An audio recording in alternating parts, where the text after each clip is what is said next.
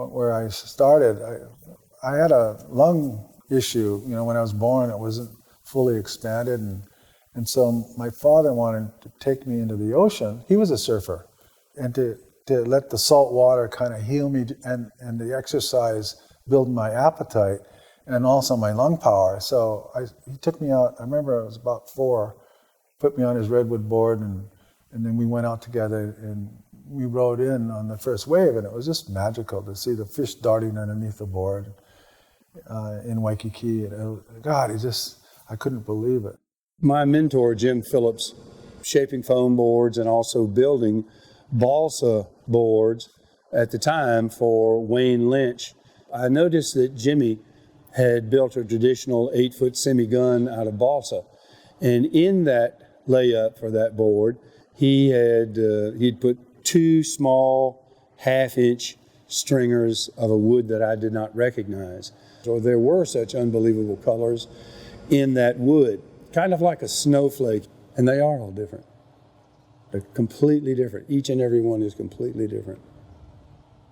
Now this wood came from an old growth. When we talk about old growth, we're talking about trees that are 2,000 years old already. So this wood came from a tree that was probably well over 2,000 years old in 1843. To be able to use this kind of material, for us, I mean, I've been shaping for 50 years, right? I put my hands on this, I am reverent of this. I feel a reverence for this material because it's so rare for me to be able to handle this. It's really rare. And sometimes we are trained in our lives and we don't realize what we're being trained for. What are we doing? Why are we doing that? The tree is what the magic is in all of this. And this tree started out 3,000 years ago. It is amazing. The energy that is in this wood is like none other. This is not only a giant dendron, sequoia, which makes it the largest tree in the world, but this is also in the fern family.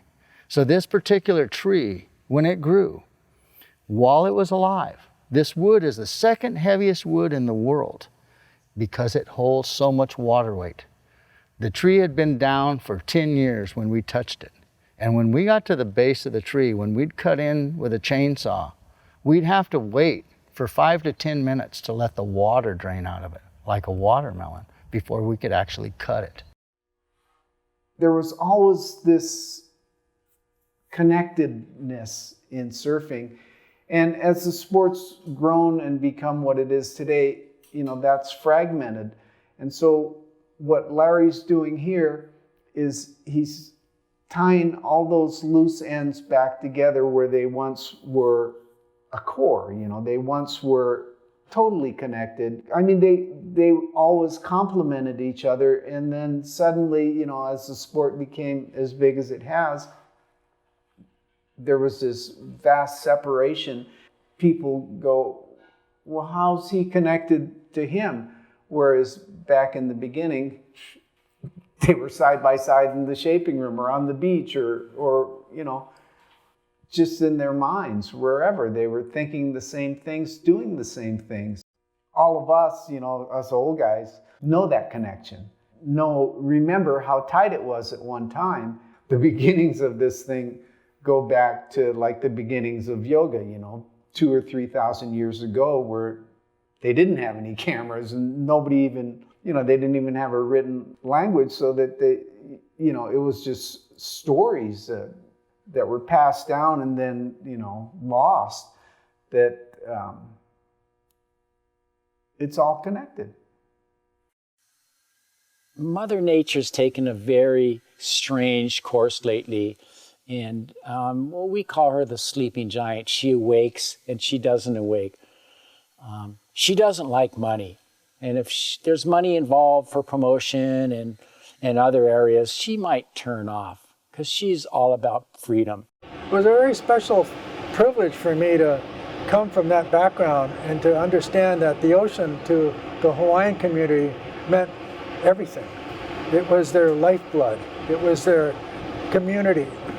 It was where they prayed for life sustenance to continue to flow into their lives and their families' lives. And so it was a very integral part of my relationship beginning with the ocean. You get out of the car when you're a youngster and you just run into the ocean without any regard for what's happened in the past or nature in terms of respect. So I was taught that you always ask for permission.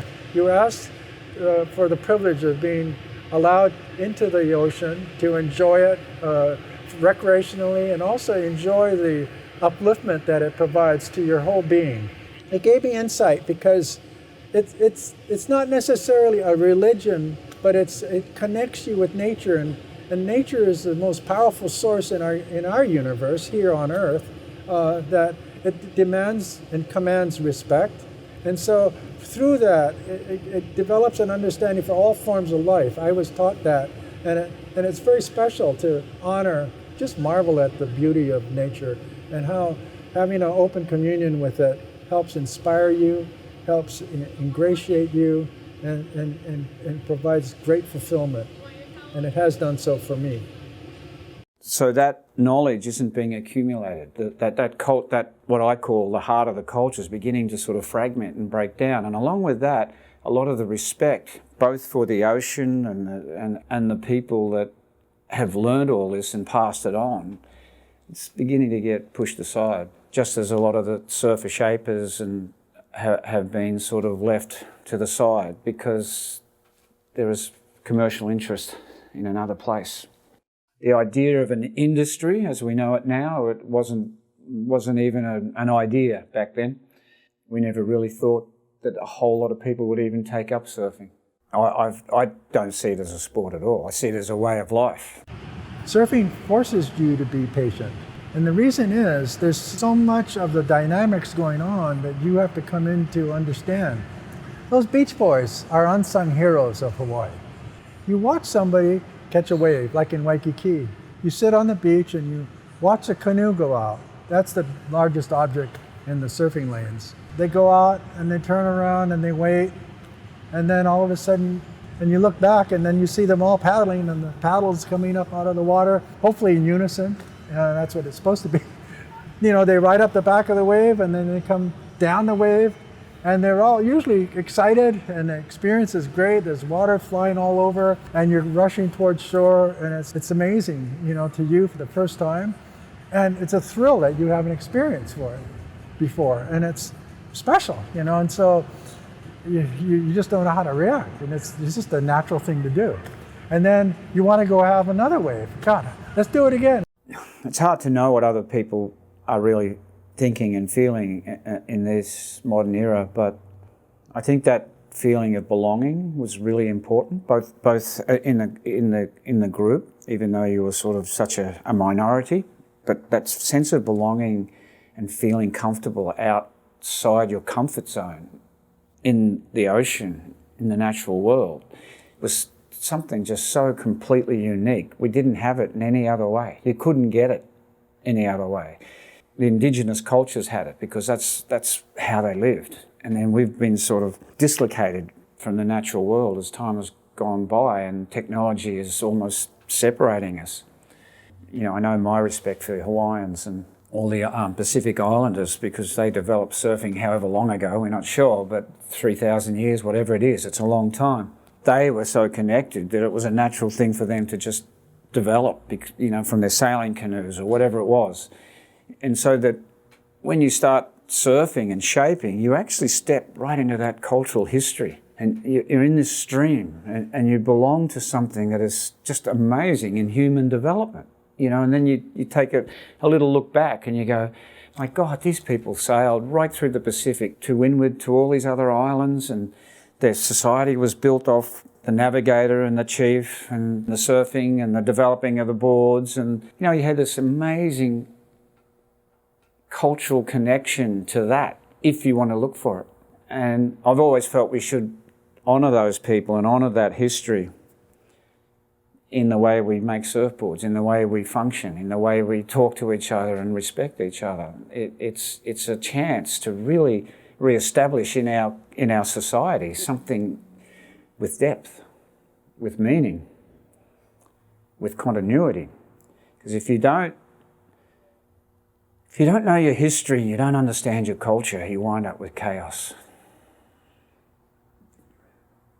Surfing was for royalty only. You had to have royal blood running through your veins. You had to be a descendant of the king or the king's family directly, and that was the only people that were allowed to surf. And this held true for many, many years, and gradually changed, particularly when the missionaries came in. They were responsible for bringing Christianity, rather than what had been celebrated was different gods of nature by the Hawaiian community. When you really analyze it, in my opinion, they're one and the same.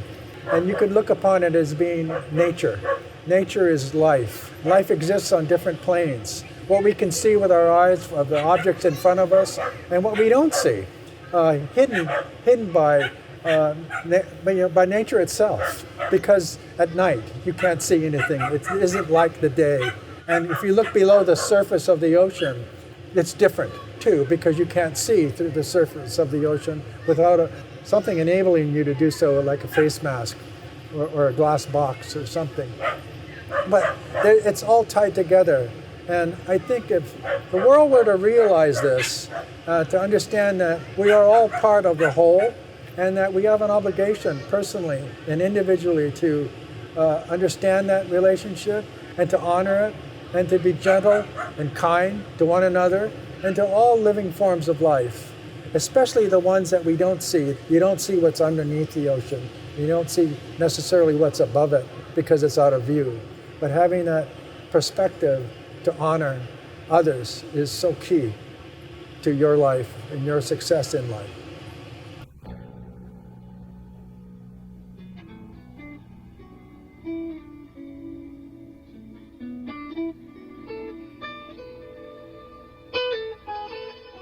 To kind of reflect back for a moment, when I first started this project many years ago now, my idea was to make one really beautiful agave and redwood board with my mentor, Jim Phillips. And we did. I'm closing in on, if I'm not already there, 100 really beautiful wooden surfboards made with craftsmen who make really beautiful objects that in turn make people really happy and make them smile, make their lives better. And I'm honored to be able to work with them and provide them with the material that they need to do the craftsmanship that they have acquired over so many years to turn these pieces of rare and exotic and extinct, in some cases, wood into very special objects to art for people to appreciate and enjoy long after we're dead and gone. That stick of wood has been there for years. It has not left that spot unless I was showing it to someone. And I began my search for this gentleman who had harvested that giant sequoia tree to see if there was a way that I could convince him that he should be involved in the project that I was trying to do with all these legendary shapers. And I searched for years and could not find him. I heard many stories about him, but I couldn't get a phone number, I couldn't get an address, no one could tell me where he might be that I could see him, so I just kept looking. I cannot believe that I was part of it. I cannot believe that we fought through so many obstacles because we didn't have a lot of friends. When we came up there, we lived in a tent. We lived in a tent for 6 months of the year for 3 years. We were the flatland surfing hippies that stole our tree. So let us say that we didn't come into the neighborhood with the best open arms and the welcome wagon. We came in with a wagon, all right. First day that I got there, a logger by the name of Spike that was 6'7" and was missing from teeth said, "You're the guy that bought that tree." He says, "Well, you won't be here long." He says, "There's nothing down there for you but bears and rattlesnakes, son. Have fun logging." This right here is the very heart of the tree. This particular section right here is from 1000 BC. I didn't necessarily go into this project going, hey, I'm going to go take out the largest tree in the world. What happened was a set of circumstances that brought me to this. And I truly believe that the energy of this particular tree and this wood has a uniqueness that carries beyond anything else that we have. As you try to push this tree to do anything, as you try to make it do anything, if the tree doesn't want that to happen, it improvises. It finds a way to stop, to cease and decease. The environment has changed, and it will not allow these big trees that are already 20 feet to get to 20 or 30 feet, 27 feet, 30 feet. Just won't happen. And this particular tree is 27 foot in diameter. It is the largest tree that will ever be taken out of any forest at any time on this earth. These wine tanks were part of the Mirasu vineyard from 1854. The wood itself has more than likely been hand-logged, which means before machinery, before steam donkeys, before horses probably. It was hauled out of more than likely San Lorenzo Valley here in Santa Cruz. It could have come up from Mendocino, but for sure it's been hand-logged, which means it was cut down with axes. They did not have saws long enough to cut through the up to 20-foot diameter trees that this thing is made out of. And this is kind of an interesting construction. The bottom has been dadoed into the chines here. There were approximately 22 of these wine vats, this being the smallest. This was the only one I could get out whole. And the rest we had to take apart by cutting the bands and then harvesting the staves as they fell around us. There was no other way to get them out but cut and run. Like all craftsmen, these are our tools. When this originated, this concept of riding waves on top of a form, which probably happened about 4,000 years ago in Polynesia, this wood, this redwood, is very, very special. It's very old, you know, and you work with this kind of thing, you can count the circles of the wood here, and there's generations of time inside here. There's the Roman time, there's the Russian time, there's all these little sequences of years of rings in a tree reveal history, and we get to work with that. And for me, it's very humbling because, I mean, not too many people get to touch this kind of material. It's really beautiful. So what you feel like, kind of, when I'm sanding these boards or when I shape a redwood board, it's kind of not a surreal or an outer body experience, but I kind of feel like I'm breathing air when you sand the wood, air that's been trapped inside that wood for over 1,000 years or maybe 2,000 years. So it's almost like if I were an explorer in Egypt and I went into like a pyramid that hadn't been breathed, that air hadn't been breathed for a couple thousand years, it's almost the same feeling. It's kind of weird.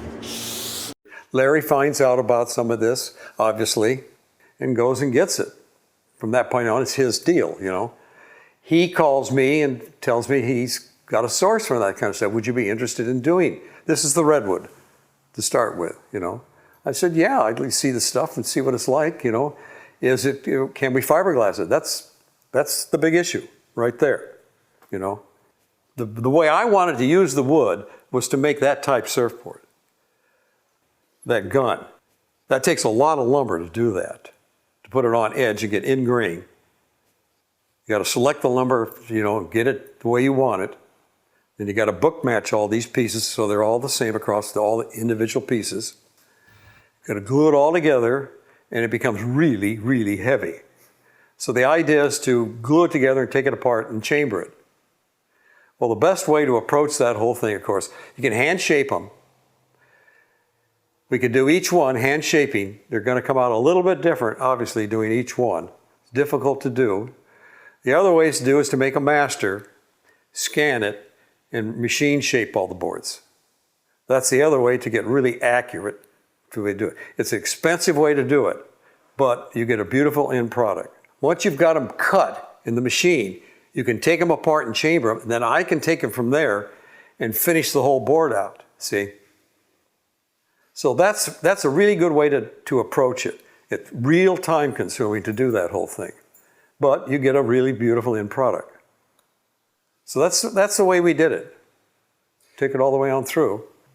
And I think any kid that surfs today and goes and looks at these things, he's the same way. He's odd. They rode those? Sure they did. They would look at it the same way, even though they wouldn't do it. I wouldn't go back and ride some of those Olas that are 14, 20 feet long. Of course not. This is a 20-foot long, 20-inch wide, 7-inch thick, old-growth piece of redwood, coastal redwood, approximately 4,000 years old, that was part of the Palco lumber mill up in Sochi, California, which is now defunct, went bankrupt. Paku Tom Stone is here from Oahu, Hawaii, to shape this board. He's the preeminent expert on ancient Hawaiian culture and watercraft. And about 4 years ago, I was invited to go to the Bishop Museum to go into the area where they kept all these old ancient artifacts. and I was allowed to touch them and feel them and look at the lines and the shapes. This is one solid piece of wood, and it's beautiful. It's incredible to see the work that's being done on it by Pahaku. I'm proud to be here and be able to try to assist him any way that I can to make this project happen, and it's happening. So just very fortunate to be a part of this.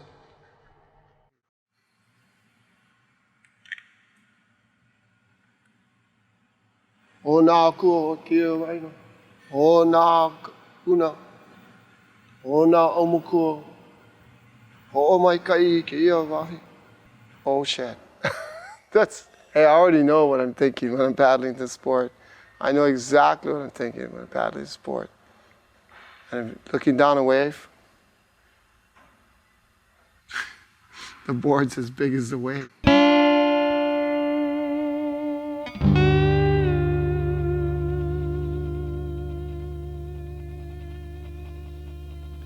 So there was my grandfather, my father, me, and now my son making surfboards.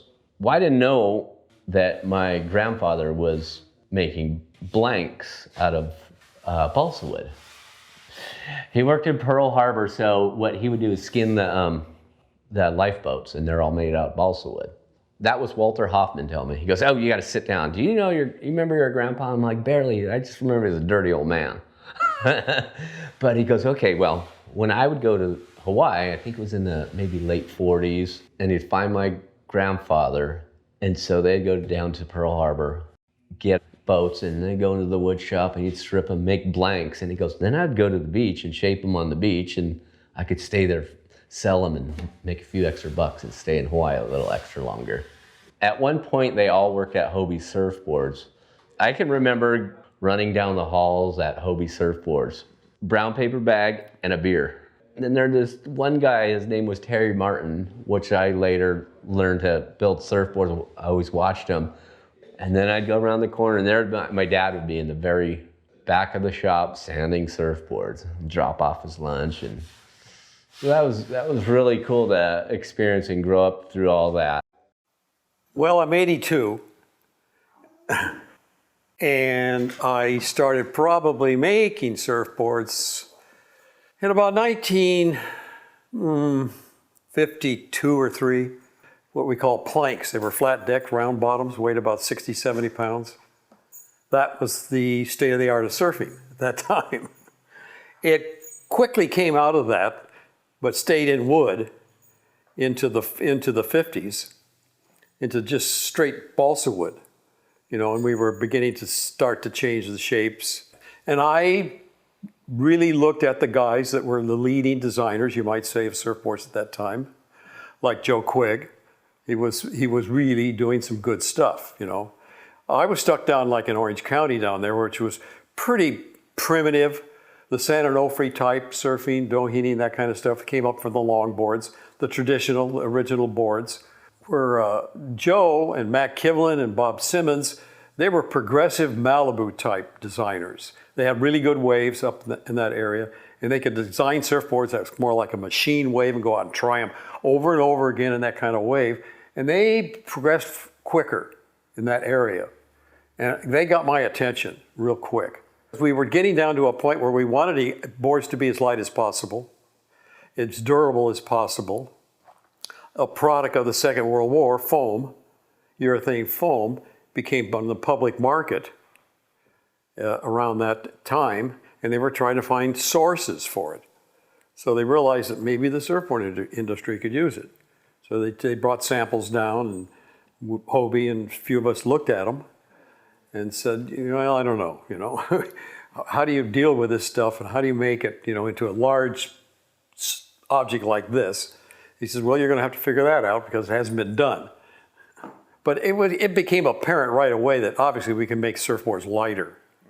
When we started to really get into foam, we just kind of turned our attention completely to it. There was no demand for wood boards. Nobody really wanted them for any reason. Those that have them, they couldn't even sell them. They couldn't even, they weren't valueless, really. There was no collecting at the time, quote, collecting of old boards in that era. There's something spiritual to this quest that I've done for almost 50, I don't know, since 66. It'll be 50 years next year. Started really early. I was the youngest of Donald's group. And Donald and I started the same year. He goes, he used to look at me with that funny look. He goes, what the fuck? How did you start with the same as me? And I was like 59 the last time I saw him. Donald, I ran into, he was looking for somebody to help him, but that was after much hard training by him. He was a perfectionist. And he learned on wood boards from Dale Velzy and some other guys, and they built balsa boards and balsa and redwood boards. Not so much solid redwood. I did a lot of work with Donald Takayama, and Donald did a lot of the the redwood boards out of the wine casks. And they're just, some of these things are just dyed purple with red wine, of course. And and I had a sealer here that I was using on some of the Donald's boards. And so we got together, and the sealer got outlawed. I ran out of it, and then that was the last of it, But it was, we used that to seal the redwood before putting, polyester finish on it. So I asked Donald one day, I said, I always called him Mr. T. I said, Mr. T, I said, what do you think about making a really beautiful wooden surfboard with me? I said, I have access to some really unique and beautiful old growth redwood that's vertical grain with a really outstanding history associated with it. He said, on this first board, he said, I want to do it just like I did it when I was young in Hawaii under the banyan trees. And he said, well, in Oceanside, we don't have a banyan tree, but we have a pop-up tent. And so he said, let's go get the tent. Because he was so happy. I mean, he was really happy about it. He was humming and singing and joking, typical Donald. And it turned out absolutely spectacular. He was stoked and I was stoked. And you can't compete with a beautiful thing. And this is a beautiful thing. Good job, Larry. These are like Good job, Donald. These are like tributes. Yeah, God bless Donald Takayama. He was a very special man and a very dear friend to me. And I love you, Mr. T. Wherever you are, I hope you see this gathering tonight.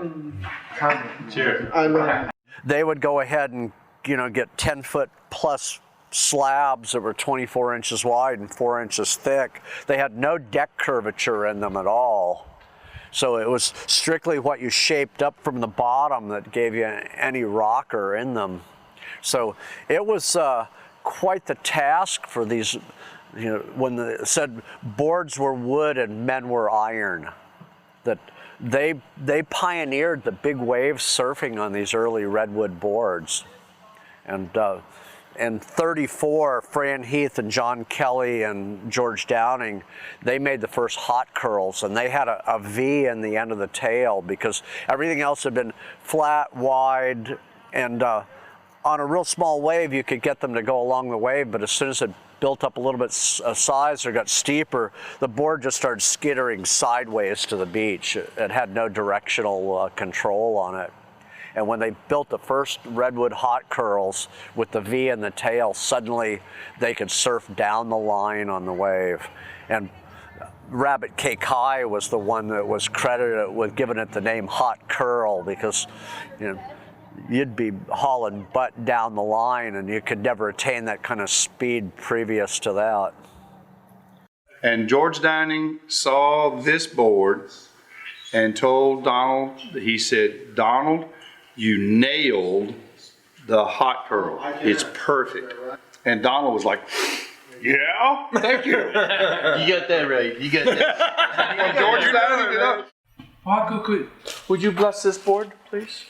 Oh, let's get a hammer. Let's just take a hammer and that's it. Hey, come on, no. You know what? You guys, I would really like it if you rubbed it. That's the point. Everybody gather.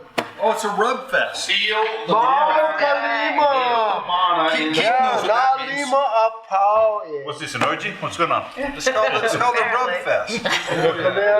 Ikeya manava. E ho mai kai ke ia papa he nalu me na uhane o na po'ea pao no ka mea mai kai loa ka mana o na kua na poi na uhane ka ea pa. It's a blessing, not a date. Come on.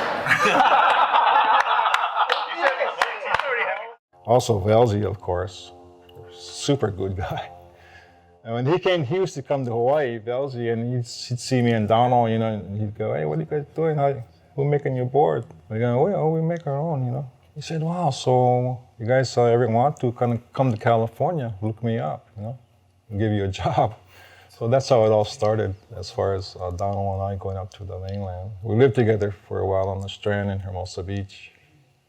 When I was a kid, I started surfing in 1959. We were looked at as bums.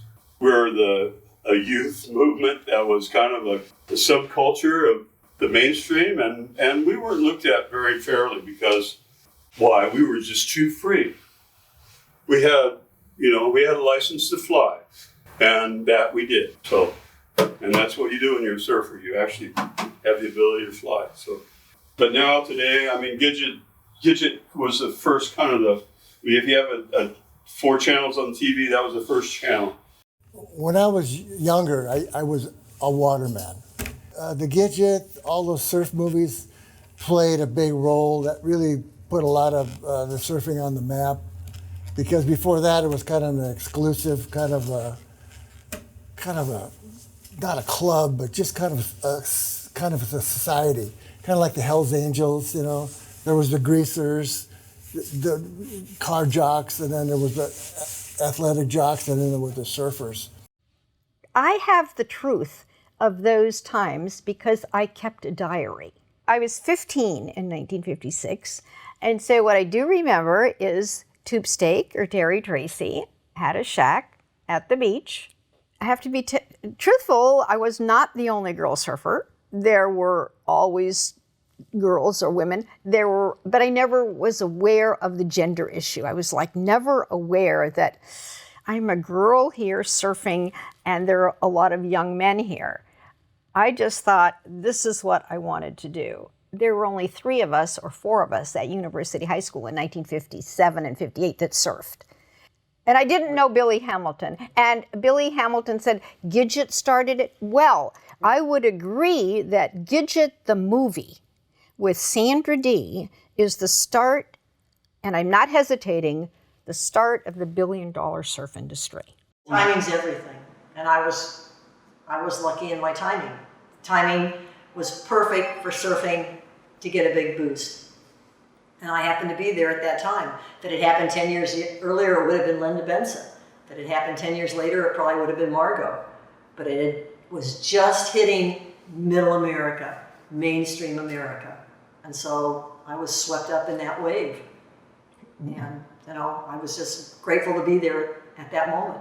It came to the attention of advertisers, and so, like my getting sponsored by Bonnie Bell or sponsored by Triumph Motors, those were companies that had never been involved in surfing before. But all of a sudden, people were saying, hey, this is a happening sport, and there's a lot of people following it. There's an opportunity to reach a segment of the population maybe that you've never reached before. And all of a sudden the Gidget movies and all of that was playing in Peoria. And, Bruce Brown was playing in the summer in Kansas City and whatnot. So there was this huge interest in surfing, and it brought in a lot more money and a lot more advertising, a lot more notoriety. So that was why I was featured in Look magazine or Life magazine or Vogue.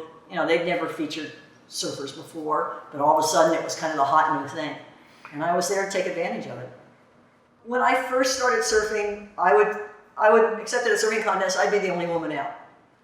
Just about wherever you went surfing. There just weren't that many women surfing at all. So when I surfed at, Trestles or San Clemente Pier or the Oceanside Pier or Ocean Beach or, all those places, you'd be the only woman out.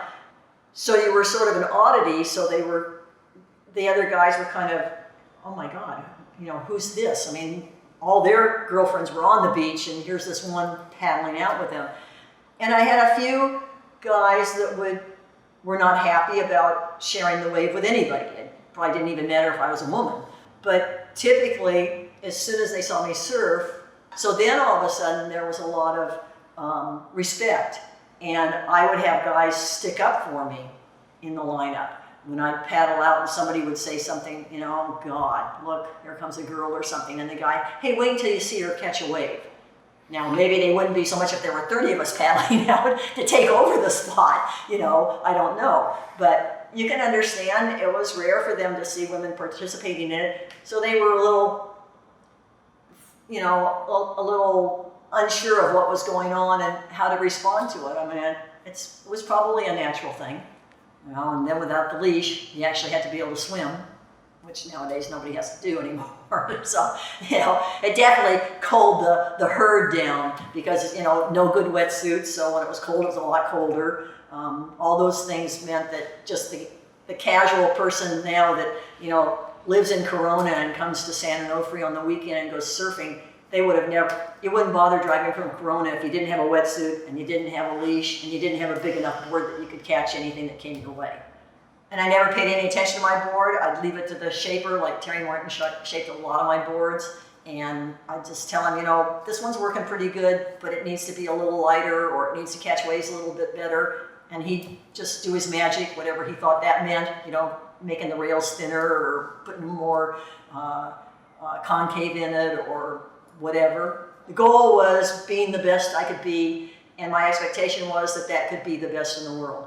That was the goal, whatever it was that was going to get me there. No one else had that goal yet, because they weren't coming from a competitive background like I had come from. We drank the Kool-Aid, you know, and we're all, I mean, in a way, this is what surfing has become, you know, that you're supposed to look like this, you're supposed to do it this way, and, you know, it's not right unless you're wearing, you know, this outfit and this kind of stuff, whereas that's so far from the truth of what surfing is. And in the beginning, you know, the beginning of my career of surfing, it was the most free thing. And Blake talks about that, you know, that's what attracted him from Wyoming or Wisconsin or wherever, you know, the Midwest where he was from. He felt it immediately, this sense of being free, to be spontaneous, to do it any way that felt right, you know, that felt good.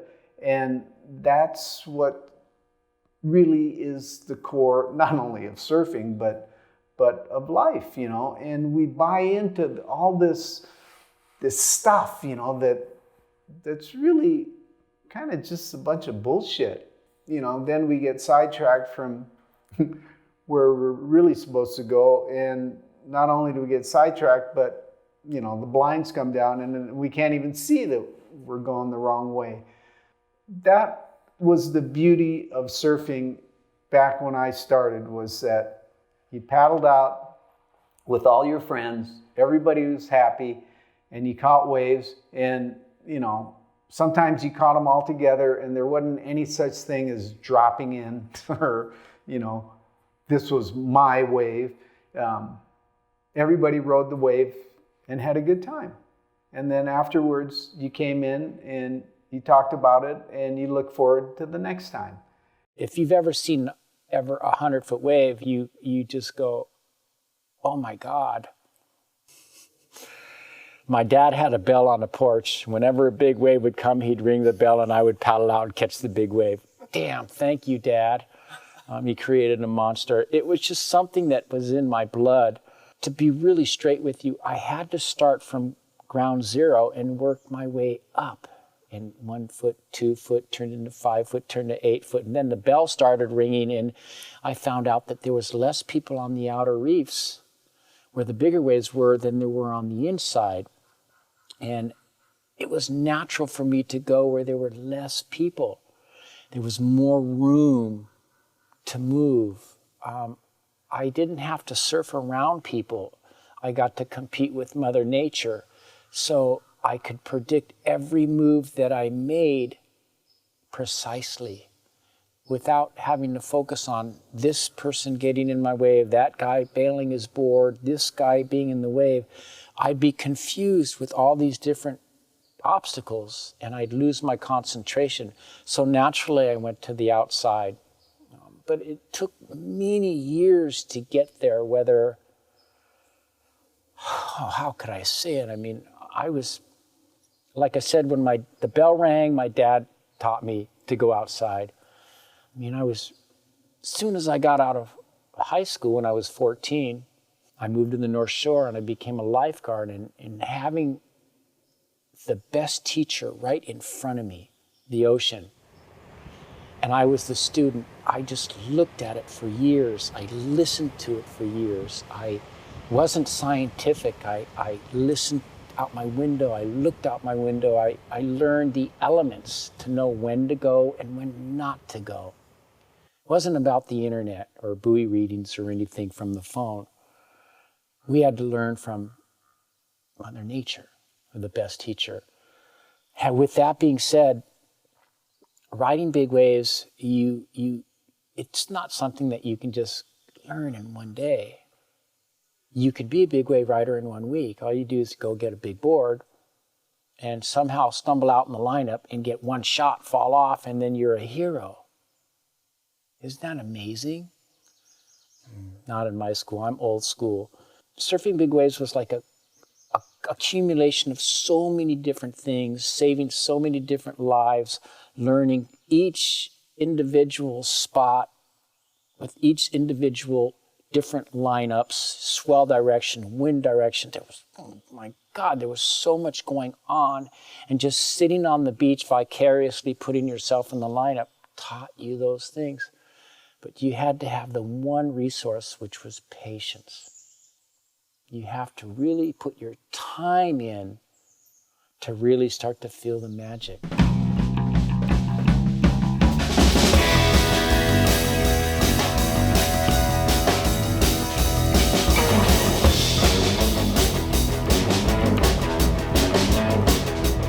That continued connection, right? And so what Larry's doing is principally putting together all the wood boards of contemporary. And the way we come up together is we're looking at how that connects and it carries on. Right? The evolution of surfboards, not because surfboards aren't new, they're just different material. Tom Blake just provides certain changes to it, right? Which nobody's ever thought about sitting down and actually doing, is connecting contemporary design of wood boards to the past, and how those designs come about, and through modification, like, when they first came up with the hot curl arrives because they want to ride bigger waves, and they think by redesigning it somewhat, that they'll be capable of doing it without fins, and then they eventually add the fin to it.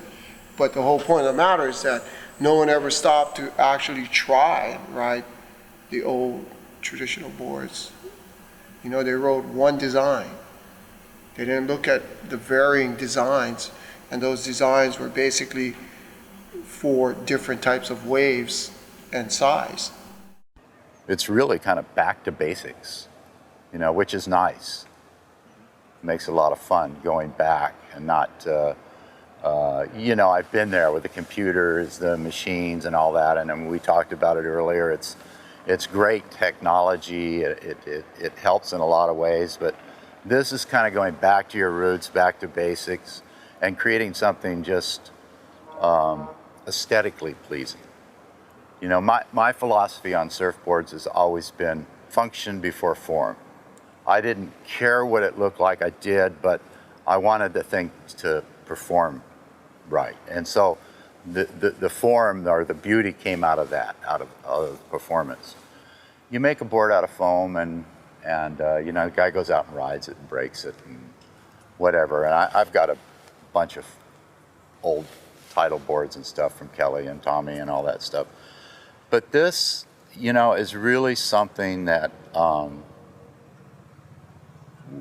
we'll kind of speak of your work and what you've done for forever, really. I mean, it goes on and on and on. And I make sure my kids have them, you know, because I want them to just have a memory, you know. But every step in making the board, you have to do the best you can and put the most effort into it that you need to. Because if you cut corners, in the end, a lot of times you'll try to save like 5 minutes, and the finished product, you go, well, shit, that's what I cut the corner doing that, and it shows up. So to do it right, for me, I have to be real meticulous and focus on everything and try not to get distracted and just try to tune into what I'm doing and get it as good as I can get it. And if I miss a spot, then it wasn't because I wasn't trying to miss was trying to miss a spot. I just, you know, I'm human. Actually, it takes quite a bit of concentration to do things properly. And it's, you know, I've even, Harold Diggy, you know, used to shape in a trance. You know, you kind of get into this thing where you're on automatic pilot and you don't have any you try to know outside distractions. In fact, a telephone can really screw you up because then you have to go back and you have to find out where you left off.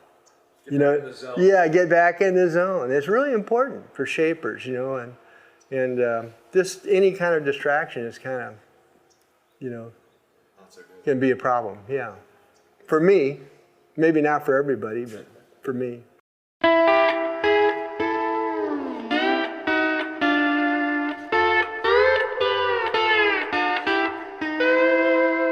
And it's like we're moving into the fourth channel now, and where it goes from here, it's who knows. You know, technology is happening so quickly.